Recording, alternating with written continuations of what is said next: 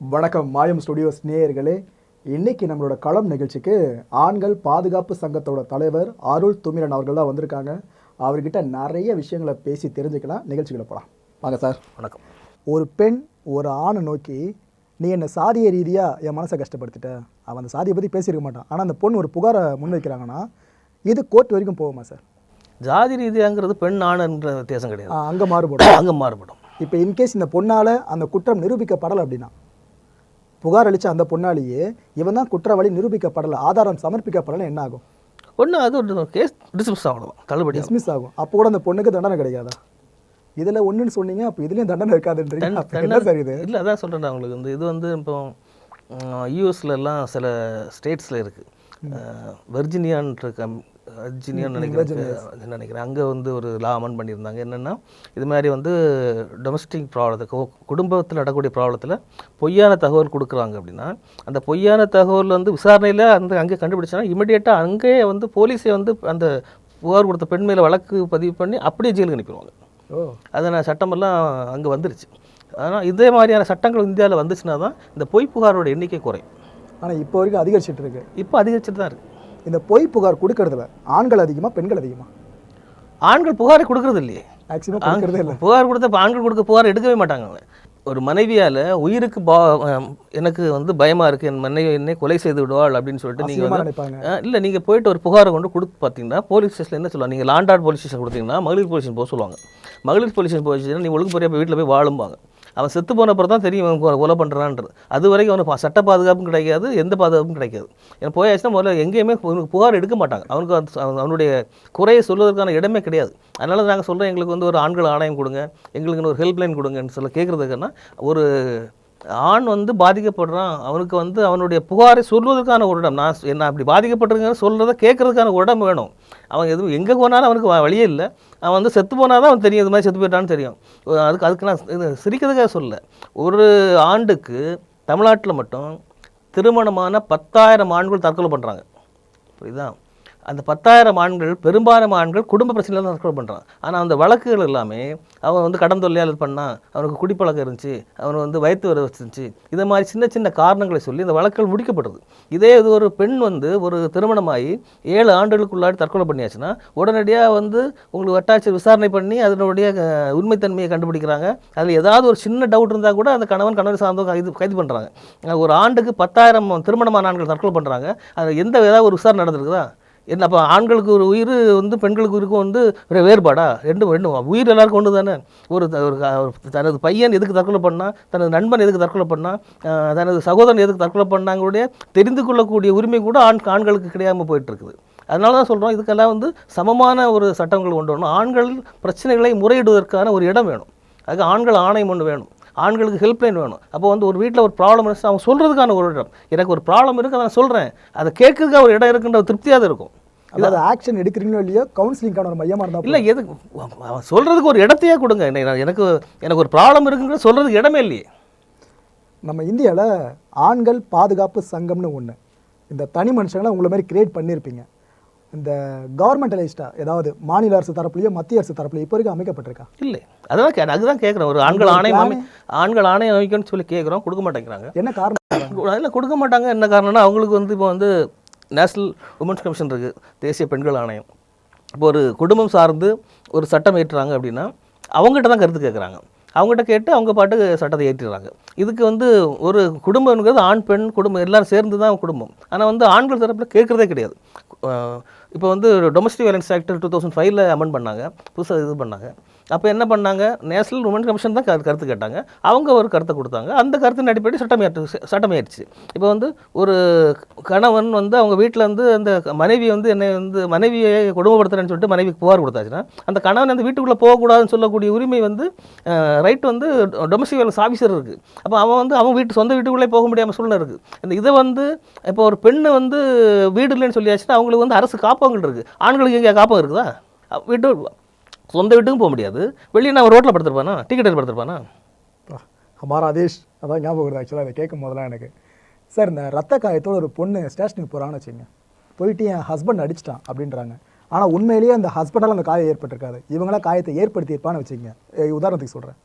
அந்த நேரத்தில் இவங்களோட புகாரை எடுத்துக்கிற அந்த போலீஸோட மனநிலை எப்படி மாறும்? அந்த ஸ்டேஷனுக்கு அந்த ஆம்பளை வராரு அப்படின்னா அவர் எப்படி நடத்துவாங்க? அப்படி வந்தோடனே அடிச்சு உள்ளதுக்கு ஜெயில் வச்சுருவாங்க, அவ்வளோதான். கேட்கவே மாட்டாங்க, எடுத்ததா அடி உள்ள, அவ்வளோதான். பெண்ணுக்கு ரத்த காயம் இருந்துச்சுன்னா இதுதான் நடக்கும். என்ன சார் இது? அப்படி தான் இருக்கும். இது வரைக்கும் உங்களோட கிளைண்ட்ஸ் யாராவது போல பாதிக்கப்பட்டிருக்காங்க? நான் தான் அவனுக்கு முன்னாடி நிறைய சொல்லியிருக்கிறேன். எனக்கு அலுவலகத்திலே வந்து ரத்த காயத்தோடு வந்து ஆண்கள் இருக்காங்க. நைட்டில் 11 மணிக்கு 12 மணிக்கு வந்தவங்க ஆண்கள்லாம் இருக்காங்க. அவங்க கேஸ் நடத்துகிற ஒரு கேஸ் நடத்தி முடிச்சுட்டேன், அதெல்லாம் இருக்குது. ஆனால் வந்து அவங்க சொல்கிறது வந்து அங்கே எடுபடாது. அது என்னென்னா அந்த மனைவி நண்பரும் சேர்ந்து அடித்த வழக்குகள்லாம் இருக்குது. அது கூட வந்து அவங்கள வந்து நான் ரொம்ப நாகரிகமாக தான் நண்பர் தான் சொல்கிறேன். அந்த வழக்கு கூட வந்து கோர்ட்லேயோ போலீஸ் ஸ்டேஷன்லேயோ அது பெருசாக எடுத்துக்க மாட்டேங்க. ஆனால் இதே இது வந்து ஒரு மனைவிக்கு வந்து ரத்த காயம்லாம் ஏற்பட்டாச்சுன்னா இமீடியட்டாக வந்து ஜெயிலுக்கு அனுப்பிடுவாங்க. யார் அடித்தாலும் பார்க்க அதெல்லாம் கிடையாது. அதெல்லாம் வந்து அவங்க விசாரணை உங்களுக்கு வந்து இப்போ வந்து சும்மானே வந்து இது கீரல் இருந்தாலே நகம் பட்டுச்சு கீரல் பண்ணிட்டா கூட அரெஸ்ட் பண்ணுறக்கூடிய காலம் தான் இருக்குது. அதனால் வந்து ஆண்களுக்கான ஒரு நியாயம் நீதியெல்லாம் அவங்களுக்கு கிடைக்கணும். அவங்களுக்கு வந்து குடும்பத்தில் வந்து ஒரு பிரச்சனை இருக்குது, அதை வந்து நம்ம வந்து சொல்லணும் அப்படின்னா ஒரு ஆண்கள் ஆணையம் கண்டிப்பாக வேணும். அது அமையறதுக்கு வாய்ப்பு இருக்குன்னு நினைக்கிறேன். இல்லை, எங்களுடைய கோரிக்கை இது முக்கியமாக வச்சுட்ருக்குறோம். இது இப்போது வந்து நாங்கள் ஆரம்ப கட்டத்தில் வந்து எங்களுக்கு அந்த 480 நாங்கள் எப்படி கொஞ்சம் கொஞ்சமாக வின் பண்ணோமோ அதே மாதிரி எங்களுடைய ஃபியூச்சர் பிளான் இதெல்லாம் இருக்கும், கண்டிப்பாக வெற்றி பெறும். ஓகே, ஆனால் ஒரு எஸ்டிமேஷன் சொல்ல முடியுமா? ஏன்னா இப்போ கவர்மெண்ட் மாறி இருக்குது தமிழ்நாட்டில். அரசாங்கம் வந்து ஆண்களுக்கு இப்படி ஒரு ப்ராப்ளம் இருக்குது அப்படிங்கிறத வந்து அவங்களுடைய பார்வைக்கு நாங்கள் கொண்டு போயிட்டுருக்குறோம். அது அவங்களுடைய நினைவில் நின்று அதை வந்து பரிசீலிக்கக்கூடிய காலம் வரும். அதுக்கு கால நிர்ணயம் செய்ய முடியாது. என்னென்னு சொல்லியாச்சுன்னா இப்போ வந்து நான் இப்போ உங்கள் மூலமாக இப்போ சொல்கிறேன், 10,000 ஆண்கள் வந்து வருடத்துக்கு தமிழ்நாட்டில் மட்டும் தற்கொலை பண்ணுறாங்க திருமணமான ஆண்கள்ட்டு. அப்போ ஒரு 10,000 குடும்பங்கள் பாதிக்கப்படுது. அதை மாற்றுக்கின்ற ஒரு வழியை வந்து அரசாங்கம் கண்டிப்பாக எடுக்கும். அது இப்போ எடுக்க முடியலன்னா இன்னும் கொஞ்சம் நாள் காலம் எடுக்கும் இல்லையா. ஆனால் இந்த எங்களுடைய கருத்து வந்து கண்டிப்பாக ரீச் ஆகும். நான் இதை வந்து வெறுமனே வந்து 19 சொல்லிட்டு போல தேசிய குற்ற ஆவண காப்பகத்தினுடைய ரெக்கார்ட்லேருந்து தான் சொல்கிறேன். ஓகே ஓகே ஓகே புரியுது சார். இந்த கோட் சீன்லாம் நாங்கள் படத்தில் தான் அதிகமாக பார்த்துருப்போம், நேரடியாக பார்க்குற வாய்ப்பு பலருக்கும் கிடச்சிருக்காது. இப்போது ஒரு பொண் ஒரு ஆணுக்கு எதிராக புகார் தெரிவிச்சிருக்காங்க, என்னை போல் ரொம்ப டார்ச்சர் பண்ணிட்டா, வரதட்சணை கொடுமை பயங்கரமாக பண்ணுறான்னு சொல்லிட்டு. இப்போ அந்த குற்றம் சாட்டப்பட்ட ஆணை நீதிமன்றத்தில் போய் இந்த நிற்க வைக்கிறாங்க அப்படின்னா ஜட்ஜ் அந்த குற்றவாளியாக சித்தரிக்கப்பட்டிருக்க நபர் எப்படி பார்ப்பார்? ஏன்னா லாயர்ஸ் அவங்களோட தரப்புக்கு எப்படி இருந்தாலும் சப்போர்ட் பண்ணி பேச போகிறாங்க. ஜட்ஜோட பார்வை எப்படி இருக்கும் இந்த ஆணை பார்க்கும்போது? ஜட்ஜோட பார்வை வந்து உங்களுக்கு வந்து வழக்கு தன்மையை பொறுத்து தான் இருக்கும். வழக்கு தன்மையில் வந்து ஜட்ஜஸ்க்கு வந்து உங்களுக்கு வந்து அந்த அவங்களோட எழுதியிருக்கிறதுக்கும் அவங்கள வந்து பாக்ஸில் ஏற்றி கிராஸ் எக்ஸாமினேஷன் பண்ணும்போது அதனுடைய வித்தியாசம் தெரிஞ்சுவாங்க. பொய் சொல்லியிருக்காங்களா ஜட்ஜஸ் கண்டுபிடிச்சிருவாங்க. ஜட்ஜஸே கண்டுபிடிச்சிருவாங்க. ஒருவேளை வாதம் ஸ்ட்ராங்காக இருந்துச்சுன்னா வாதத்தை தான் உங்களுக்கு வந்து ஒரு எந்த பொய்யுமே வந்து முழுவதுமாக வந்து அவங்க வந்து அப்படியே மெயின்டைன் பண்ணி பேச முடியாது. பொய் சொல்லியிருக்காங்கன்னா கண்டிப்பாக வந்து பாக்ஸில் ஏற்றி கேள்வி கேட்கும்போது கிராஸ் எக்ஸாமினேஷனில் மாட்டிப்பாங்க. அது போல் இது வரைக்கும் யாருக்கா தண்டனை கிடைச்சிருக்கா? அதுலையாச்சும் அட்லீஸ்ட் ஒருத்தருக்கோ தண்டனை தான் நான் சொல்கிறேன். அவங்களுக்கு வந்து ஆண்களுக்கு தண்டனை ரேஞ்சுக்கு அவங்களுக்கு தான் பனிஷ்மெண்ட்டே, அவங்க அலையிறது தான் பனிஷ்மெண்ட். அதுக்குள்ளே சொல்லிட்டேன். ஏன்னா வந்து இல்லை தான் 90% கேஸ் வந்து விடுதலை தான் பண்ண போகிறாங்க, அது ஒன்றும் நடக்க போகிறது. ஆனால் அவங்க அலையிறது தான் தண்டனை. மன உளைச்சல் ஒரு 3 ஆண்டு காலம் கோர்ட்டுக்கு அலையிறதுக்கு சாதாரணமான விஷயமா? வேலையை விட்டு அலைஞ்சிட்டு இருக்கணும். அப்படிதான், அதுதான் அவங்க கிடைக்கக்கூடிய தண்டனை. இப்போ என்னென்னா வந்து இப்போ பொய் வழக்கு பெண்கள் போடுறாங்க இல்லையா, அந்த பொய் வழக்கை வந்து நாங்கள் கோர்ட்டில் போய் உட்காந்து அவங்களை பாக்ஸ் ஏற்றி 2 நாள் கிராஸ் பண்ணாலே அவங்க எல்லாமே பொய்ன்னு தெரிஞ்சு வரும். ஆனால் என்னன்னா நமக்கு விடுதலை வாங்கி கொடுக்க முடியுமே இல்லையா, அவங்களுக்கு தண்டனை வாங்கி கொடுக்க முடியாது. யாருக்கு? கணவரை விடுதலை கொண்டு வந்துடுவோம், நாங்கள் வந்து ஒரு கேஸ் வின் பண்ணிட்டோம்ட்டு அனுப்பிவிடலாம். பட் அந்த பொய் புகார் கொடுத்த பெண் மீது நம்ம நடவடிக்கை எடுக்க முடியாது, கிரிமினல் நடவடிக்கை எடுக்க முடியாது. வேண்டுமெனா நம்ம வந்து அதை வச்சு அவங்க டிஃபமேஷன் போட்டு பணம் கேட்டு அலைய விடலாம், அந்த தான் செய்ய முடியும் இல்லையே. அந்த இவங்களுக்கு செய்த தவறு ஒரு பொய்யான வழக்கு புரிஞ்சு நம்ம இத்தனை வருஷம் அழைச்சிட்டாங்களேங்கிறத அவங்களுக்கு ஒரு 6 மாதம் தண்டனை வாங்கி கொடுக்க முடியுமான்னு முடியாது. சூப்பர் சட்டம் சார். சார், நான் ஒரு விஷயம் ரொம்ப நாளாகவே காதுக்கு வந்துட்டு இருக்கிறது தான், அது பொது வெளியில் இப்போ கேட்கணும்னு விரும்புகிறேன். ஒரு சில பெண்கள் ரொம்ப கேவலமாக நடந்துப்பாங்க. அதாவது கல்யாணம் ஆகிருக்கும், அவங்களுக்கு ஒரு பெண் குழந்தை கூட இருந்திருக்கலாம். இவங்க ஹஸ்பண்ட் எப்படியாச்சும் டார்கெட் பண்ணி மாட்டி விடணுன்றதுக்காக என்னோட கணவர் பெத்த பொண்ணுக்கிட்ட தப்பாக நடந்துக்கிட்டாருலாம் சொல்லுவாங்களாமே, இது நடக்குதா? கண்டிப்பாக தமிழ்நாட்டில் வந்து நீங்கள் வந்து அது ரெக்கார்டட் ஜட்ஜ்மெண்ட் ஒன்று இருக்குது. ஓகே. நீதிபதி ஐயா ஆனந்த் வெங்கடேஷ் ஹைகோர்ட் ஜட்ஜி அவர் முன்னாடி ஒரு வழக்கு வந்துச்சு. அந்த வழக்கில் வந்து அவருடைய பொண்ணை வந்து ஒரு தவறாக நடக்க முயற்சி பண்ணாருங்கிறது வழக்கு. அதில் வந்து அவர் முதல்ல அரெஸ்ட் பண்ணிட்டாங்க, ஜெயிலுக்கு போட்டார். தென் அதை வந்து கோஷ் பெட்டிஷன் போட்டு அந்த வழக்கு ரத்து பண்ணுறதுக்காக அந்த வழக்கு உயர்நீதிமன்றத்தில் வரும்போது ஐயா ஆனந்த் வெங்கடேஷ் முன்னாடி வந்துச்சு. அப்போ வந்து அவருக்கு அந்த வழக்கை வந்து விசாரிக்கும் போது ஒரு சின்ன டவுட் வரும்போது அந்த பொண்ணை கூட்டுவாங்கன்னு சொல்லிட்டு பொண்ணை கூட்டு தனியாக போட்டு விசாரிச்சு, மைனர் பொண்ணை அந்த பொண்ணை கூட்டு பொண்ணு வந்து ரொம்ப தெளிவாக சொல்லிடுச்சு, எங்கள் அப்பா என்கிட்ட அப்படியே நடக்கல, அம்மா தான் சொல்ல சொன்னாங்க அப்படின்ட்டு. ஸோ அந்த வழக்கில் வந்து உடனடியாக அந்த வழக்கை ரத்து பண்ணதோட அந்த பொய் புகார் கொடுத்த அந்த மனைவி மீது நடவடிக்கை எடுக்கிறதுக்கு உத்தரவிட்டார். இது விட்டார் அது முடிஞ்சு போய் 2 வருஷம் ஆச்சு. இது வந்து நான் வந்து ரெக்கார்டு நானும் சொல்கிறேன். இது ரெக்கார்டாகி அவர் நிரூபிச்சிட்டாரு, அந்த பொண்ணு சொல்லிடுச்சு. அதனால் அவர் வந்து விடுதலையாகி வெளியே வந்துட்டார். பட் அதுக்கு முன்னாடி ஜெயிலுக்கு போனதெல்லாம் அவர் அனுபவித்த தண்டனை ஜெயிலில் இருந்தார் அவரும். அது கரெக்டாக 30 டேஸ் மேலே இருந்திருப்பார். பட் ஆனால் அந்த வழக்கு உயர்நீதிமன்றம் ரத்து பண்ணிடுச்சு. இது வந்து அவர் அந்த அளவுக்கு போய் போராடி நிரூபிச்சிட்டார். இது மாதிரி எல்லாருக்கான இந்த வாய்ப்புகள் அவருக்கு கிடைக்காது. வெறுமனே வந்து பத்திரிகைகளில் வந்து உடனே வந்து மகளிடம் தவறாக நடக்கும் பெரிய விரிசை போட்டுருவாங்க, போட்டு அவனை வெளியே நடமுடாமல் பண்ணிடுவான். அந்த தவறு செஞ்சவன் ஜெயிலுக்கு போகிறதுல தப்பு, அவனை என்ன வேணா பண்ணிக்கணும். தவறு செய்யாமல் ஒரு மகளை வந்து பார்ப்பதற்கு இல்லை வந்து விரிஞ்சிருக்கும் போது மக மேலே ஒரு பாசமாக இருப்பான், போய் பார்க்கணுங்கிற ஆவலில் தான் வீட்டுக்கு போவான். எப்படியாவது மகளை பார்த்துட்டு வந்துடுவான். அது பார்க்க போன இடத்துல இவங்க கேஸ் எப்படி மாற்றிட்டாங்கன்னா அவன் வந்து அவமானம் தாங்க முடியாமல் என்ன லெவலுக்கு போவாங்கிற ஒரு இது இருக்குது. இதெல்லாம் வந்து அந்த பொய் வழக்குகள் எந்த வழக்காக இருந்தாலும் சரி, பொய் வழக்குனால் பாதிக்கப்படுகிற ஆண்கள் வந்து எண்ணிக்கை அதிகம். அதுக்காக நாங்கள் என்ன சொல்கிறோன்னா, பொய் வழக்கு போடக்கூடிய பெண்கள் அவங்க பொய் வழக்குன்னு தெரிஞ்சால் அரசாங்கம் முன் வந்து அவங்க மேலே நடவடிக்கை எடுக்கணும். உடனடியாக அரசாங்கம் வழக்கு பதிவு பண்ணணும். அந்த ஒரு இது பொய் வழக்கு கண்டுபிடிச்சிட்டாங்க நம்ம அரெஸ்ட் பண்ணிடுவாங்கிறது ஒரு வந்தாலே இந்த பொய் வழக்கினுடைய எண்ணிக்கை குறையும். நல்ல விஷயம் ஆக்சுவலாக இது. சார், இந்த பெண்கள் மீதான பாலியல் தாக்குதல் சார்ந்து மீட்டுன்ற ஹேஷ்டாக் பயங்கரமாக ட்ரெண்ட் ஆச்சு.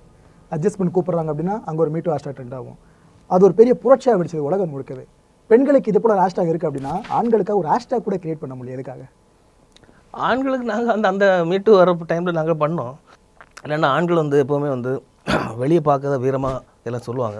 அவங்களுக்கு நடத்த ப்ராப்ளம், அவங்க தனிப்பட்ட பர்சனல் ப்ராப்ளம் வரும்போது வெளியே சொல்ல மாட்டாங்க. புரியுதா? பெண்கள் அப்படி கிடையாது, துணிஞ்சு வெளியே சொல்லிட்டு போயிடுவாங்க. இப்போ வந்து மீட்டு வரும்போது அதில் வந்து வெளியே சொன்னவங்க பெரும்பான்மை பார்த்தீங்கன்னா வந்து 4 ஆண்டுகள் 5 ஆண்டுகள் முன்னாடி இப்படி பண்ணுறாங்க அப்படிம்பாங்க. அதுக்கான காரணங்கள்லாம் விசாரித்து பார்த்தா வேறு பணம் பறிப்பதுக்காக இருக்கும், இல்லைன்னா வேறு அரசியல் காரணத்துக்காக இருக்கும். இப்படியெல்லாம் நிறைய காரணங்கள் இருந்துச்சு. இப்போ நீங்கள் வந்து அந்த பாடகி கூட வைரமுத்து மேலே கொடுத்தாங்க. அது எப்போன்னா 7 வருஷத்துக்கு முன்னாடி 6 வருஷம் முன்னாடி நடந்துச்சு. அதை வந்து மலேசியா நடந்துச்சு, சிங்கப்பூரில் நடந்துட்டாங்க. அப்போ அவங்களுக்கு அவங்களுக்கு ஒரு தவறு நடந்திருக்குன்னா அவங்க அப்போவே புகார் கொடுக்கணும். சரி, இந்தியா வந்து அவங்களுக்கு புகார் கொடுத்துருக்கணும். அதையும் தாண்டி இன்னொரு இதை சொல்லித்தரேன். இவர் ஒரு ஆள் உங்கள்கிட்ட தவறாக நடக்க முயற்சி பண்ணியிருக்கிறாரு.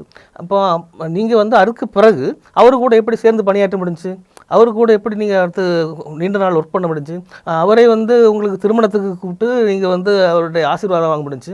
ஆனால் அதுக்கு பின்ன எல்லா காலம் தாண்டி இப்போ வந்து திடீர்னு வந்து ஒரு 7 ஆண்டு 6 ஆண்டுகளுக்கு பிறகு எனக்கு அப்போ ஒரு இந்த தவற முயற்சி பண்ணான்னு மீட்டூரில் போடுறாங்க. குற்றம் எப்போ நடந்தாலும் குற்றம் தானே. குற்றம் எப்படி நடந்தால் குற்றம்னா அதுக்கு உங்கள்கிட்ட நீங்கள் ஒரு பெண் உங்கள்கிட்ட ஒரு ஆள் தவறாக நடக்க முயற்சி பண்ணுறாரு. அவர்கிட்ட நீங்கள் திருப்பி அவர் கூட போய் வேலை பார்ப்பீங்களா? இல்லை. எப்படி நீங்கள் வேலை பார்த்தீங்க? இப்போ ஆனால் வேலை பார்க்குறது கட்டாயம் ஏற்படுச்சுன்னா அது எப்படி நெருக்கடியோ நான் சொல்கிறேன். நான் அதுக்கு தான் சொல்லி நீங்கள் புகார் கொடுக்கவில்லை.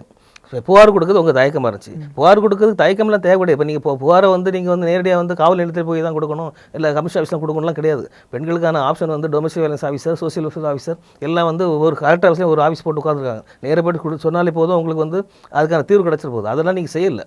ஆனால் வந்து ஒரு தவறாக நடக்க முயற்சி பண்ண ஒரு ஆளுக்கூடிய திருப்பி பயணிக்கிறது உங்களால் எப்படி முடிந்தது, அது எப்படி மனம் உங்களுக்கு ஒத்துக்கிடுச்சு, அது ஒன்று. அதற்கு அவ்வளோ நாள் பயணித்து விட்டு கடைசி வந்து இதுக்கு ஒரு புகார்னுங்கிறது எப்படி அது ஏற்றுக்க முடியும்? ஒரு தவறு நடந்து உங்களுக்கு வந்து ஒரு தவறாக ஒரு முயற்சி பண்ணார் அப்படின்னா உங்களுக்கு வந்து மனசில் அவ்வளோ ஊண்டிங்க இருக்கும். அந்த ஆளை பார்த்தா கொலை வரித்து வரும், பார்த்தா ஒரு அருவறுப்பு வரும், இதெல்லாம் நடக்கும் இல்லையா? அதெல்லாம் தாங்கிட்டு நீங்கள் வேலை செஞ்சீங்களா அவரோட? இதெல்லாம் எது நம்பும்படியாக இருக்குதா? சார், இந்த கேஸை விட்டுடலாம். அடுத்தபடியாக நிறைய பிரபலங்கள் ஒவ்வொரு பெண்கள் சார்ந்து குற்றம் சாட்டப்பட்டிருந்தாங்க. அரசியல் பிரமுகர்களாக இருக்கட்டும், சினிமா பிரமுகர்களாக இருக்கட்டும், விளையாட்டு நட்சத்திரங்களே இருக்கட்டும், அவ்வளோ பேர் பெண்களுக்கு இது போல் தவறு எடுக்கிறான்னு சொல்லிட்டு குற்றம் சாட்டப்பட்டாங்க. உங்களுக்கு தெரிஞ்சு இந்த ஒரு பிரபலத்தோட கேஸை மறக்கவே முடியாது அப்படின்னா எந்த ஒரு பிரபலத்தோட கேஸ் சொல்லுவீங்க? பெண்களால் தவறாக குற்றம் சாட்டப்பட்டவங்க. நடிகை பேர் மறந்துட்டது. ஓசூரில் அந்த ஒரு லாட்ஜ் ஓனர் மேலே அந்த நடிகை பேர் என்ன? தமிழ் நடிகை. ஓகே. ஒரு அந்த லாட்ஜ் ஓனர் எங்கே தவறாக அந்த ஹோட்டல் ஓனர் தவறாக நடக்க முயற்சி பண்ணார்னு சொல்லி கம்ப்ளைண்ட் ஆச்சு. அவர் ரிமாண்ட் பண்ணாங்க. இருக்கும் அது ஒரு 7 ஆண்டுகள் முன்பாக நினைக்கிறேன். ஓசூர் வச்சு அரெஸ்ட் பண்ணாங்க. அந்த வழக்கு என்னாச்சு அப்புறம்னா அதுக்கப்புறம் ஹைகோர்ட்டில் அவங்க 2 பேரும் திருப்பி காம்ப்ரமைஸ் பண்ணி ஹைகோர்ட்டில் காம்ப்ரமைஸ் பெட்டிஷன் போட்டு அந்த வழக்கை ரத்து பண்ணாங்க. 2 பேரும் சேர்ந்து வழக்கை ரத்து பண்ணாங்க. அது ஒரு பிரபலமான கேஸ். அந்த பேர் மறந்துச்சு. ஓசூரில் அந்த அந்த ஹோட்டலுடைய ஓனர் வந்து அரெஸ்ட் பண்ணாங்க. இதுக்கு பின்னாடி என்ன மோட்டிவ் இருந்திருக்கும்? இல்லை, அதுக்கு பின்னாடி அந்த அது நடந்தது. அது 2 பேரும் காம்ப்ரமைஸ் பண்ணாலும் நம்ம இதுக்கு மேலே அதை விமர்சிக்க முடியாது. ஏன்னா அந்த கோர்ட் அந்த கேஸை முடிச்சிருச்சு.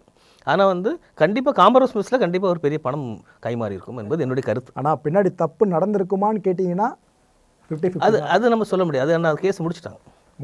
முடிச்ச கேஸை பற்றி நம்ம பேசுகிறோம். அது அந்த கேஸ் அவங்களே முடிச்சிட்டாங்களே, அப்புறம் நம்ம எப்படி பேசுகிறோம்? ஓகே. இன் கேஸ் அந்த லாட்ஜ் ஓனர் உங்ககிட்ட வந்து எனக்கு நீதி வேணும்னு கேட்டால் நீங்கள் என்ன பண்ணுவீங்க? கண்டிப்பாக காம்ப்ரமைஸ் ஆகிட்டு இருக்க மாட்டேன். காசு கொடுக்க விட்டுருக்க காசு மாட்டாங்க. கொடுக்க மாட்டோம். அடுத்து என்ன பண்ணுவீங்க? அந்த வழக்கு நடத்தும். வழக்கு அவருடைய பாட்டில் வந்து உண்மை இருக்கும் அப்படின்னா வழக்கு கடைசி வரை நடத்தும். நான் ஓப்பனாக கேட்குறேன் சார். இப்போ ஒரு ஆண் உண்மையிலே தப்பே பண்ணிட்டார், ஏதோ ஒரு பொண்ணு இது போல் தப்பாக நடந்துக்கிட்டார் அப்படின்னா, அவர் உங்ககிட்ட கிளைண்ட்டாக வராரு அப்படின்னா, நீங்கள் அவர்கிட்ட போயிட்டு நீ தப்பு பண்ணிட்ட, நீ ஃபேஸ் பண்ணு சொல்லி திருப்பி அனுப்பி விடுவீங்களா? இல்லை வழக்கறிஞர்கள் தர்மம் ஒன்று இருக்குமே, வந்தவங்களை காப்பாற்றுறது, அதை பண்ணுவீங்களா? இல்லை, வழக்கு அப்படின்னு வரும்போது வந்து அவரோட பேரை இந்த உமன் ஹராஸ்மெண்ட்டில் வந்து இல்லைன்னா வந்து ஒரு தவறை செஞ்சுட்டார் அப்படின்னா அவர் ஒத்துக்கிட்டாருன்னா நான் வந்து கேஸ் நடத்த மாட்டேன். நடத்த மாட்டீங்க சார்? ஷோக்காக சொல்லாதீங்க, ஓப்பனாக. இல்லை, நீங்கள் வந்து என்னுடைய வழக்கு பட்டியல் எடுத்து பாருங்கள். எந்த வழக்குலையாவது வந்து எதை இடத்துல காம்ப்ரமைஸ் பண்ணி போயிருக்கான்னு சொல்லி லிஸ்ட் எடுத்து பாருங்கள். நான் எந்த வழக்குமே காம்ப்ரமைஸ் போக மாட்டேன். காம்ப்ரமைஸ் பண்ணக்கூடிய கேஸ் நடத்த மாட்டேன். அப்புறம் அப்படி விட்டுருவாங்க, வேறு யாராச்சும் பாருங்கன்றேன். நான் வழக்கை வந்து முழுவதுமாக நடத்தணும்னு ஆசைப்படுறேன். வழக்கில் வந்து வெற்றி தோல்விங்கிறது வேறு. அந்த வழக்கில் நான் காம்ப்ரமைஸ் இடையில போய் வந்து பணம் கொடுத்து காம்ப்ரமைஸ் பண்ணுற இந்த வேலைக்கு நான் போகவே மாட்டேன். ஓகே, உங்களுக்கு வழக்கறிஞராக பணி செஞ்சு அதில் வர சம்பளத்தை வச்சு மட்டும்தான் நீங்கள் மாதம் மாதம் ஓட்டுறீங்களா? கண்டிப்பாக ஓட்டுறீங்க. ஓகே, அப்படி இருக்கும்போது ஒரு மாதத்தில் கேஸே வரல, இந்த ஒரு கேஸ் மட்டும் தான் வருது, இந்த நேரத்தில் என்ன பண்ணுவீங்க? அப்படி இல்லை, நான் அப்படியெல்லாம் வந்து பணத்துக்காக வந்து வழக்கு நடத்தணும்னா நான் எவ்வளோ பெரிய அளவுக்கு போயிருக்கேன். நான் வந்து பார்த்த வழக்குகள் வந்து பட்டியல் வந்து நான் என்னுடைய வயதில் பார்க்க ஒரு பெரிய சீனியர் 50 வருட சீனியர் பார்க்க வழக்குகளை நான் சந்திச்சிட்டேன். அதனால் வந்து நான் பணத்துக்காக வந்து அவ்வளோ தூரம் போகக்கூடிய ஆள் கிடையாது. ஆக்சுவலாக இது உண்மையாக இருந்துச்சுன்னா ஹேட்ஸ் ஆஃப், இதை தான் எதிர்பார்க்குறோம். ஏன்னா சட்டத்தை நீங்கள் நீதிபதிக்கிட்ட கொண்டு போகிறீங்க அப்படின்னா இதுக்கு பாலமே வழக்கறிஞர்கள் தான். இவங்க நிறைய பேர் வேலை போகிறாங்களே, அதுதான் கஷ்டமாக இருக்குது. வேறு எதுவும் சொல்கிறேன் உங்களுக்கு என்ன, நான் வந்து வழக்கு வந்து எந்த வழக்கையுமே காம்ப்ரமைஸ் பண்ணக்கூடிய வழக்கை நான் நடத்துறதே கிடையாது. சப்போஸ் என்னுடைய கிளைண்ட்டே என்னுடைய கூட வந்து இந்த மேட்டர் காம்ப்ரமைஸாக முடிச்சுக்கலன்னா நீ வேறு வக்கீல் பார்த்து முடிச்சுக்கணும். நல்ல விஷயம் சார். சார், மகளிர் சங்கங்கள் இதை பற்றி என்ன நினைக்கிறீங்க? மகளிர் சங்கம் மகளிருக்கு உண்மையிலே அவங்களுடைய முன்னேற்றத்துக்காக, பொருளாதார முன்னேற்றத்துக்காக, அவங்கள வந்து ஸ்கில் டெவலப் பண்ணுறதுக்காக எல்லாம் பண்ணிட்டு இருந்தாச்சுன்னா எந்த பிரச்சனை, அவங்களுடைய டெவலப் பண்ணுறதுக்கு எந்த பண்ணாலும் அது நல்லது, செய்யட்டும். ஏன்னா இவ்வளோ வருஷமாக சங்கம் இருக்குது, அதெல்லாம் பரவாயில்ல. ஆனால் வந்து அவங்கள்ட்ட வந்து தவறாக வழி நடத்துறது, அவங்க வந்து பொய் வழக்குகளுக்கு உறுதியாக நிற்கிறது, அவங்களுக்கு பொய் வழக்கில் வந்து கணவன் தரப்பு எல்லாம் அந்த ஆண்களை கைது செய்வதற்காக போராடுறது, அது மாதிரி எல்லாம் பண்ணுறதை ஒத்துக்க முடியாது. அது வந்து சரியாகவும் வராது. அவங்க வந்து இன்னும் சில பெண்கள் அமைப்புகள் பார்த்திங்கன்னா உண்மையிலே பெண்கள் பாதிக்கப்பட்ட இடத்துலலாம் அவங்க போகிறதே இல்லை. இந்த பொள்ளாச்சி சம்பவம்லாம் இவ்வளோ பெரிய கொடூரமாக நடந்துச்சு. அங்கெல்லாம் எந்த பெண் அமைப்புகளும் போராடின மாதிரி தெரியும். போராட்டம் நடத்துனாங்களே இல்லை, அங்கே இந்த போராட்டம் அவங்களுக்கு பண்ணுறது போராட்டத்துக்கு பீப்பு சாட்டுகள்லாம் பயங்கரமாக பண்ணுறாங்க. அந்த இதுக்கெல்லாம் ஃபுல்லாக இறங்கி பண்ணி அதில் வந்து உண்மையான குற்றவாளி கைது செய்யணும்னு சொல்லியிருந்தாச்சுன்னா மகளிர் அமைப்புகள் இருக்கிற வந்து பாராட்டலாம். அங்கெல்லாம் பெருசாக பண்ணல. ஆனால் ஏதோ ஒரு சின்ன இதுக்கு வேறு ஏதாவது காரணத்துக்காக போராட்டம் பண்ணுறாங்க. புரியுதா? அதனால் வந்து அவங்க வந்து கொஞ்சம் சரியான பாதையில் சொல்லணும். தவறான பெண்களுக்கு வந்து அவங்க உறுதுணையாக போகக்கூடாதுங்கிறது என்னுடைய கருத்து. அதாவது தப்பான புகாரை, பொய்யான புகாரை அளிக்கிற பெண்ணுக்கு பின்னாடி போகக்கூடாது. ஓகே, இதுவே நீங்கள் எதிர்காலத்தில் இந்த மாதர் சங்க தலைவியை நேரில் பார்க்குற வாய்ப்பு கிடைச்சிது அப்படின்னா அவங்ககிட்ட என்ன சொல்ல நீங்கள் ஆசைப்படுவீங்க? மாதர் சங்க தலைவி நம்ம நேரில் நிறைய பார்க்கலாமே. இப்போ எங்கள் டிபேட்டில் நிறைய உட்காடுறாங்களே, அதில் ஒன்றும் ப்ராப்ளம். நம்ம நேரில் பார்க்குறது எனக்கு வந்து சக ஒரு மனிதராக நான் வந்து பெண்கள் மீது நான் வெறுப்ப அப்படிலாம் பண்ணவன் கிடையாது. நானும் பெண்களோட வாழக்கூடியவன் தான், சகோதரிகளோட வாழக்கூடியவன் தான், மனைவியோட வாழக்கூடியவன் தான். அதெல்லாம் எனக்கு கிடையாது. என்னுடைய நோக்கம், கருத்துக்கள் வந்து எனக்கு வந்து ஆண்களை வந்து பாதிக்கப்படும் போது நான் அவங்களுக்கு சப்போர்ட் பண்ணுறேன். பெண்கள்கிட்ட பார்த்தா சொல்லக்கூடியது என்ன சொல்லுவோன்னா, உண்மையான பாதிக்கப்பட்ட பெண்களுக்காக நீங்கள் வந்து பண்ணுங்கள், பொய்யான தவறாக போகக்கூடிய பெண்களுக்கு உறுதுணை நிற்காதீங்கன்னு சொல்லுவோம். இதை சொன்னால் அவங்க கேட்டுப்பான்னு நினைக்கிறீங்களா? இல்லை, சில கேட்கக்கூடியவங்களும் இருக்கிறாங்க. சில பெண்கள் அமைப்பு தலைவர்கள்லாம் எனக்கு தெரிஞ்சவங்களாம் இருக்காங்க. சிலவங்க வந்து விசாரித்து கூட செய்யக்கூடியவங்களாம் இருக்கிறாங்க. ஆனால் வந்து அதிகமாக இந்த சின்ன சின்ன அமைப்புகள் ஆரம்பிக்கிறாங்க. திடீர்னு ஏதாவது பணம் பார்க்குற நோக்கத்துலலாம் ஆரம்பிக்கக்கூடிய அமைப்புகள்லாம் இருக்காங்க. இந்த அமைப்பு அதுக்காக ஆமாம், அவங்க என்ன பண்ணுறாங்கன்னா, அவங்க வந்து அந்த ஒரு பிரச்சனைன்னு வந்தால் அது உடனே வந்து வழக்காக்கி அதன் மூலமாக அதில் ஏதாவது கிடைக்குமா, அதை வந்து பையனை அவனை செட்டில்மெண்ட் பேசுவோம், அதில் நமக்கு எதாவது பணம் வாங்கலாமா, இந்த மாதிரி எண்ணத்துக்கெல்லாம் போகிறாங்க. எங்களுக்கு நாங்கள் வந்து தமிழ்நாடு ஆண்கள் பாதுகாப்பு சங்கம் 2007லேருந்து 2008 ரெஜிஸ்டர் பண்ணி இதோடு நடத்திட்டு இருக்கிறோம். நாங்கள் வந்து வழக்குகள் வந்த உடனே நாங்கள் வழக்கை பதிவு பண்ணுறது அதெல்லாம் கிடையாது. நான் கூப்பிட்டு முதல்ல பேசி எங்களுக்கு கவுன்சிலிங் டீம் வச்சுருக்கிறோம். கூப்பிட்டு பேசி ஏதாவது காம்ப்ரமைஸ் போகக்கூடிய வாய்ப்பு இருந்தால் காம்ப்ரமைஸ் பண்ண தான் பார்ப்போம். சில வழக்குகள் வந்து எந்த இடத்துலையும் காம்ப்ரமைஸ் ஆக முடியாது. அந்த மாதிரி வழக்குகள்லாம் இருக்குது. அது வந்து நிறைய வைலன்ஸாக இருக்கும், நிறைய ப்ராப்ளங்கள் இருக்கும், உள்ளுக்குள்ளே நிறைய ஒவ்வொரு ஃபேமிலிக்கு ஒவ்வொரு மாதிரியான இது எல்லாமே ஒரே மாதிரி நம்ம வந்து போய் பார்க்க முடியாது. அப்படி இருக்கும்போது அந்த மாதிரி இருந்தால் நம்ம வந்து வழக்கு தான் போட்டால் சூழ்நிலை வரும். வேறு மாதிரி சின்ன சின்ன பிரச்சனைகள்லாம் வரக்கூடியவங்க இருப்பாங்க. அவங்களெல்லாம் நாங்கள் வந்து கூப்பிட்டு வச்சு பேசி சேர்த்து அனுப்பிவிடுவோம். அதாவது கோர்ட் செய்கிற வேலையை நீங்களே முடிச்சிருவீங்க. ஆமாம், அலைச்சல் இல்லாமல். எங்களுக்கு கவுன்சிலிங் டீம்லாம் இருக்கிறாங்க. அவங்க வந்து 2 பேர் உட்காந்து பேசி தனித்தனியாக கூப்பிட்டு பேசிட்டோம்னு பாதி பேர் சேர்ந்தே போயிடுவாங்க. நம்ம வழக்கு இப்படியெல்லாம் ஆகும்னு சொன்னாலே சேர்ந்து போயிடுவாங்க. ஓகே, இப்போது இந்த வீடியோ பார்த்துட்டு இருக்க ஒருத்தர் ஏதோ பெண்ணால் பாதிக்கப்பட்டிருக்காருன்னு வச்சுக்கோங்க, மனசளவுலையும் சரி ஃபிசிக்கலாகவும் சரி, அவர் இப்போ உங்களை மீட் பண்ண நினைக்கிறாரு, இந்த சங்கத்துக்கு வரணும்னு நினைக்கிறாரு, அவர் என்ன செய்யணும்? எங்கள் வழக்கறிஞர் எங்கள் தமிழ்நாடு ஆண்கள் பாதுகாப்பு சங்க அலுவலகம் டீனரில் இருக்குது, தொடர்பு கொள்ளலாம். என்னுடைய மொபைல் நம்பர் வந்து கூகுளில் சர்ச் பண்ணாலே கிடைக்கும். அதை வச்சு வர்றான். வரதுக்கு எல்லாம் தகுதி இருக்கா சார்? இந்தந்த கேஸ் நான் மட்டும் வாங்கப்பா, மற்ற நீங்களே பேசி முடிச்சுக்குமா சொல்லிட்டு? அப்படியெல்லாம் கிடையாது. நான் வந்து எல்லா வழக்கையும் நானே பார்க்க முடியாது. நமக்கு நம்ம டீம் இருக்காங்க, பார்ப்பாங்க.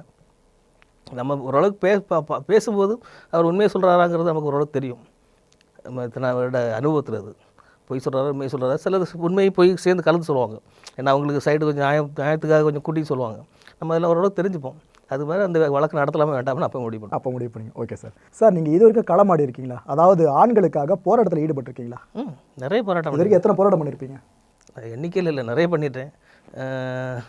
ஒரு முறை கைதான ஆண்கள் பாதுகாப்பு சங்கத்து சார்பாக இதில் தேனாம்பாட்டையில் கைது பண்ணாங்க. அதாவது ஒரு 100க்கும் மேற்பட்ட போராட்டங்களும் எடுத்துக்கலாமா? நம்பர்ஸில் போராட்டம் பண்ணியிருக்க மாட்டேன், அது கம்மி தான். நான் வந்து போராட்டம் வந்து நம்ம பொது வழி போராட்டம், ஆர்ப்பாட்டம், வீடு முற்றுகை, இது மாதிரிலாம் நிறைய பண்ணிட்டோம். என்னென்ன காரணங்களை முன் வச்சு பண்ணீங்க? அதெல்லாம் நிறைய. முதல்ல வந்து நாங்கள் வந்து அந்த 498 சிவில் கேஸ் அமைக்கணும்னு பண்ணோம். அப்புறம் வந்து அரசு ஊழியர்களை வந்து இந்த வரதட்சணை புகாரில் கைது பண்ணியாச்சுன்னா அவங்கள வந்து பணி நீக்கம் செய்யக்கூடாதுன்னு பண்ணோம். ஆண்களை? ஆமாம், பணி நீக்கம் செய்யக்கூடாது. அது வந்து குடும்ப பிரச்சனை இருக்கும், நீங்கள் கிரிமினல் வழக்கு கூட சேர்த்து பார்க்காதீங்கன்னு சொன்னோம். இப்படி ஒவ்வொரு காலகட்டத்தில் பண்ணோம். அப்புறம் வந்து இந்த ஒரு முற்றுகை போராட்டம் தேனாம்பாட்டில் ஒரு வாட்டி பண்ணோம். பல காரணம், அந்தந்த காலகட்டத்தில் ஆண்களுக்கு எதிராக காரணம் உள்ள வருதான்னு பாருங்க. இந்த சங்கம் அப்படின்றது ஆண்களுக்கு பிரச்சனை வர்றப்ப மட்டும் அவங்கள பாதுகாத்துக்கிறதுக்கா, இல்லைனா மது குடிக்காதீங்கப்பா உடம்பு கெடுதல், சிகரெட் பிடிக்காதப்பா அது உடம்பு கெடுதல், இது போல அவங்களுக்கு விழிப்புணர்வு கொடுக்கறதுக்காக ஒரு போராட்டம் பண்ணியிருக்கீங்களா? இல்லை, எங்களுடைய சங்கத்தினுடைய நோக்கம் வந்து சட்ட ரீதியாக ஆண்களை அடிமைப்படுத்துறது காப்பாற்றுறது தான். இதுதான் நோக்கம். அவங்க வந்து அவங்களுக்கு ஹெல்ப்லெஸ்ஸாக இருக்கிறாங்க, அவங்களுக்கு உதவி பண்ணுறவங்க நாங்கள் ஆரம்பிச்சது. அதை தொடர்ந்து செஞ்சிட்ருக்குறோம். அப்புறம் வந்து ஒவ்வொரு மாதமும் கடைசி சனி ஞாயிறு நாங்கள் மீட்டிங் போடுறோம் எங்கள் அலுவலகத்தில். அப்போ வந்து அவங்களுக்கு தேவையான ஆலோசனை கேட்குறாங்க, ஆலோசனை கொடுக்குறோம். அதெல்லாம் வந்து அவங்க வந்து குடும்பத்தில் சேர்ந்து வாழக்கூடிய ஆண்களும் கிட்ட வருவாங்க. ஸ்டில்ல சேர்ந்து தான் இருப்பாங்க, பட் அவங்களுக்கு ஒரு ப்ராப்ளம் இருக்கும். அப்போ நம்மகிட்ட டிஸ்கஸ் பண்ண வருவாங்க. அவங்களுக்கு சில ஆலோசனை கொடுங்க, இந்த மாதிரி பண்ணுங்கன்னு சொல்கிறோம். இதெல்லாம் அவங்க வந்து நம்ம வந்து சோசியல் சர்வீஸ் மாதிரி பண்ணுறது தான். மற்றபடி இந்த குடி இது பண்ணுறது, அவங்க வந்து போதை பழக்கத்தை அடிமை, அதுக்கெல்லாம் நிறைய அமைப்புகள் இருக்குது. நாங்கள் அந்த வேலை செய்கிறது. ஏன்னா ஆண்கள் நலம் அப்படின்னால சட்டப்படி மட்டும் கிடையாதுல்ல? அது ஓகே தான். நாங்கள் வந்து சட்ட ரீதியாக வந்து ஆண்கள் வந்து நிறைய பாதிக்கப்படுறாங்க அப்படிங்க, அதுலேருந்து அவங்களுக்கு எப்படியாவது உதவி பண்ணுங்கிறத ஆரம்பிச்சது தான் இருந்தது. ஆனால் அதை நாங்கள் ஒரு முழு நேர வேலையாக செஞ்சுட்டோம். இன்கேஸ் ஃபியூச்சரில் இதுக்கு வாய்ப்பு இருக்குமா விழிப்புணர்வு கொடுக்கறதுக்கு, நீங்கள் களமாட்டுறதுக்கு? அதுக்கான நேரம் காலம்லாம் வரும்போது செய்யலாம். இந்த மைனர் சிறுமிகளுக்கு எதிராக பாலியல் தொந்தரவு முன்னெடுக்கப்படுறதா பலருக்கும் தெரியுது. ஆனால் சிறுவர்களும் பல பேர் இப்போ வரைக்கும் பாதிக்கப்பட்டிருக்காங்க, சின்ன சின்ன பசங்களாம். இது போல் ஒரு சிறுவன் ஃபேஸ் பண்ணுறா அப்படின்னா, ஸ்கூல்லையோ இல்லை வீட்லையோ ஃபேஸ் பண்ணுறா அப்படின்னா, அந்த சிறுவன் என்ன சார் பண்ணணும்? இல்லை, போஸ்கோ ஆக்ட் வந்து அது பிலோ 15 எல்லாருக்கும் அந்த சின்ன பையனுக்கு தெரியாதுல போக்சோ பற்றி, அந்த பையன் என்ன பண்ணணும்? இது போல என்னென்னா உங்களுக்கு வந்து முதல்ல வந்து குழந்தைகள்கிட்ட பேரண்ட்ஸ் வந்து டைம் ஸ்பெண்ட் பண்ணி பேசணும். ஒரு நாள் ஸ்கூலுக்கு போய்ட்டு வரான், இல்லைன்னா வந்து டியூஷன் போகிறான், இல்லை விளையாட போயிருக்கிறோம் அப்படின்னா, போயிட்டு வந்த பின்னாடி முதல்ல வந்து சாப்பாடு கொடுக்குறோம், போகிறோம், எல்லாம் செய்கிறது வந்து அப்போ வந்து அந்த காலையில் போனதுலேருந்து நம்ம பெற்றோர் இல்லாமல், அவருடைய ஒரு பெரிய ஆள் கூட இல்லாமல், இல்லை வெளியே அவருடைய வெல் விஷஸ் அந்த தாய் தந்தை இல்லாமல் வெளியே போனான்னா, வந்த பின்னாடி அவன் போனதுலேருந்து வந்த வரைக்கும் என்ன நடந்து அப்படிங்கிறது ஒரு சும்மா அது வெறுமனே வந்து ஸ்ட்ரிக்டாக வந்து ஒரு ஆசிரியர் கேள்வி கேட்க மாதிரி கேட்காம, ஒரு ஃப்ரெண்ட்ஷிப்பாக பேசிக்கிட்டே ஒரு நகைச்சுவையாக பேசுகிற மாதிரியோ, இல்லை வந்து அவனுடைய உரையாடி கொண்டே அந்த என்ன நடந்துங்கிறது, யார் யார் வந்தால் யார் யார் பேசினா என்ன செஞ்சாங்கிறது அப்படி பேசியாச்சுன்னா, அந்த குழந்தை வந்து ஒரு நாள் என்ன நடந்து அப்படிங்கிறத அது சொல்லக்கூடிய ஒரு பழக்கத்தை அது கொண்டு வரும். அது வந்து அப்போ ஒரு வாரம் 10 நாள் அது பழகிடுச்சுன்னா, எப்போ வெளியே போயிட்டு வந்தாலும் அந்த குழந்தையினுடைய ஆட்டோமேட்டிக்காக வந்து இன்னைக்கு நாங்கள் போனேன், அந்த அண்ணன் வந்தாப்புல, இந்த இதோடு வந்தாப்புல அப்படிங்கிற சொல்ல ஆரம்பிக்கும். அது இது வந்துட்டுனாலே உங்களுக்கு வந்து குழந்தை என்ன நடந்துருங்கிறத பெரியவங்க தெரிஞ்சுக்கலாம். இது ஒரு 7 வயசு 8 வயசு குழந்தையால் இது மேக்ஸிமம் பண்ண முடியும், அங்கேருந்து ஆரம்பிக்கலாம். இந்த ரொம்ப சின்ன பசங்க இருப்பாங்க, 4 வயசு 5 வயசு பிஞ்சுகள்லாம், அவங்க என்ன இல்லை, அவங்கள நம்ம தான் பக்கத்தில் இருந்து பார்க்கணும். இப்போ உள்ள சமுதாயம் வந்து ரொம்ப வக்கர எண்ணத்தோடைய நிறைய பேர் இருக்கிறாங்க. அப்போ அவங்ககிட்ட இருந்து நம்ம தான் குழந்தைகளை பத்திரமா பாதுகாக்கணும். சின்ன குழந்தைகளை நம்ம தான் கூட தனியாக அனுப்பக்கூடாது. இந்த ஒரு பதில் பல பேரண்ட்ஸ்க்கும் நல்ல விஷயமா அமையும். ஏன்னா 4 வயசு 5 வயசு குழந்தைங்க இந்த வீடியோ பார்க்க முடியலனோ இந்த பேரண்ட்ஸ் கொஞ்சம் கண்டிப்பாங்க. அதனால தான் கேட்டிருந்தேன், வேறு எதுவும் இல்லை. சார், நீங்கள் இப்போ வரைக்கும் எத்தனை ஆண்களை காப்பாற்றிருக்கீங்க சார்? உங்களோட வாழ்நாள் லட்சியமாக இதை எடுத்துக்கலாம், மாற்றுக்கிறதே இல்லை. எண்ணிக்கையெல்லாம் வச்சுருக்குது இல்லை. நாங்கள் உறுப்பினர் 10,000 மேலே உறுப்பினர் வச்சுருக்கிறோம்.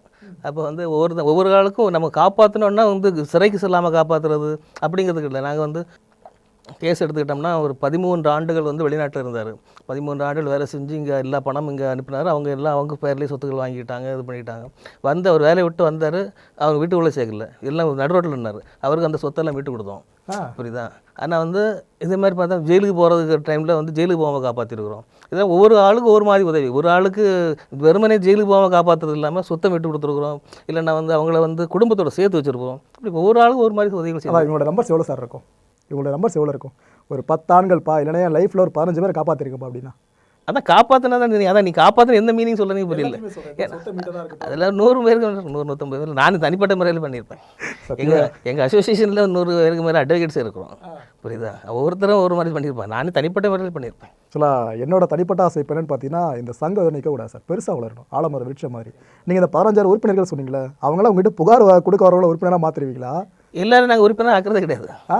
எல்லாரும் கிரைட்டீரியா இருக்குது இல்லை. அதனால அவங்க வந்து உண்மையிலேயே வந்து அவங்களால வந்து அசோசியேஷனில் வந்து ஏதாவது ஹெல்ப் பண்ண முடியுமோ, அவங்க இன்னொரு ஆளுக்கு உதவி பண்ண முடிஞ்சால் சேர்ப்போம். இல்லைன்னா மெம்பர் அவங்க வந்து கெஸ்ட் மெம்பராக இருப்பாங்க. கெஸ்ட் மெம்பர் நாங்கள் இதில் கூகுளில் போய்ட்டு எங்கள் வெப்சைட் ஓப்பன் பண்ணிவிட்டு மெம்பர் ஆகிடலாம். அவங்களுக்கு கார்டு கொடுக்க மாட்டோம். இந்த கார்டு வாங்குறது என்ன குவாலிட்டி? இல்லை, அது அவங்க அதை வர வைப்போம். அவங்க வந்து எங்களோட கலந்துக்க முடியுமா பார்ப்போம். இந்த அசோசியேஷன் மெம்பர் ஆனால் அவங்களால ஏதாவது ஒரு சொசைட்டி ஏதாவது ஆக்டிவேட் பண்ண முடியுமா பார்ப்போம். அப்படி தான் மெம்பர். சும்மா பாதிக்கப்பட்டு நிறைய பேர் வருவாங்க, மென்டலி ட்ரெஸ் ஆகி வருவாங்க. அவங்க பிரச்சனை முடிஞ்சு அவங்க பாட்டு போயிடுவாங்க. புரியுதா? அவங்களெல்லாம் மெம்பர் ஆகி வச்சுட்டு இருக்க முடியாது. ஆக்சுவலாக ரொம்ப தெளிவாக இருக்கீங்க. இதுக்காக தான் அந்த கேள்வியை கேட்டிருந்தேன். ஏன்னா சங்கம்னு ஒன்று போடுவாங்க சார், ஆரம்பிப்பாங்க. எதுக்கு ஆரம்பிக்கும் அவங்களுக்கே தெரியாது. நீங்கள் சொல்கிறத பார்த்தா 100% புரிதலோடு தான் இவ்வளோ பேர் சாம்ராஜ்யத்தை கட்டமைச்சிருக்கீங்க. என்னோட கணக்குப்படி இன்னும் ஒரு வருஷத்தில் 30,000-40,000 பேர் வந்தாலும் ஆச்சரியப்படுறதுல அதில் நானும் ஒருத்தனா கண்டிப்பாக இருப்பேன், மாற்றுக்கிறதுக்கு இல்லை. நன்றி நன்றி. நிகழ்ச்சியில் கலந்துக்கிட்டு நிறைய விழிப்புணர்வு சார்ந்த கேள்விகளுக்கு பதில் சொன்னீங்க. இந்த வீடியோ பார்த்துட்டு இருக்க பல ஆண்களுக்கு உங்களோட பதில்கள் ஒன்னொன்றுமே ஒரு விழிப்புணர்வை தூண்டிருக்கு. அதில் எந்த மாற்று கருத்து இல்லை. நிகழ்ச்சியில் கலந்துக்கிட்டு மிக நன்றி சார். நன்றி, வணக்கம்.